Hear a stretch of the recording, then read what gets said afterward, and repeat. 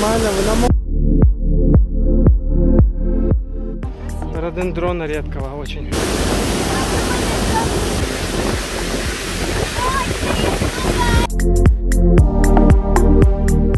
Считают заброшенным, когда здесь столько людей, сколько деток, значит люди есть. Здесь тоже дети бегают, говорят, не фотографируй меня. Я их понимаю, учитывая, какой тут туристический поток. Дети не просто чувствуют себя жителями города, а какой-то достопримечательности. Поэтому имеют полное право на неприкосновенность, на фотографиях, на видео. Без согласия не снимаем.